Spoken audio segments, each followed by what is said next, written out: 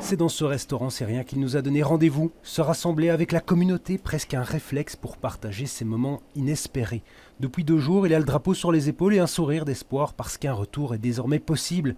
À l'époque, lorsqu'il quittait la Syrie, il ne s'imagine pas que quelques mois en Belgique vont devenir 12 ans. Je parlais français, donc j'ai étudié les littératures françaises en Syrie. J'ai allé commencer le master en romane et j'ai eu la chance de pouvoir m'inscrire à l'UCL et venir en Belgique comme étudiant au départ. Je rêvais d'avoir un bon diplôme qui me permettrait de contribuer à cette potentielle nouvelle Syrie. S'ensuit une demande d'asile et le parcours d'intégration. Azem devient alors belge. Il trouve un travail comme traducteur pour d'autres réfugiés. J'ai eu aussi beaucoup d'admiration pour la belgitude, pour cet esprit de compromis, de surréalisme, d'humour belge.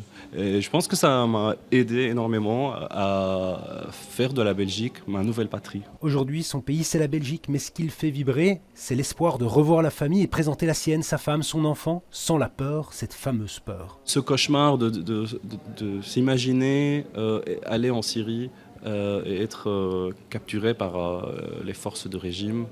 Donc aujourd'hui, oui, on peut rêver d'y aller, on peut rêver d'aller revoir ses proches. J'ai des cousins que je n'ai pas vus depuis 13 ans. J'ai perdu mon père, j'ai perdu mon parrain.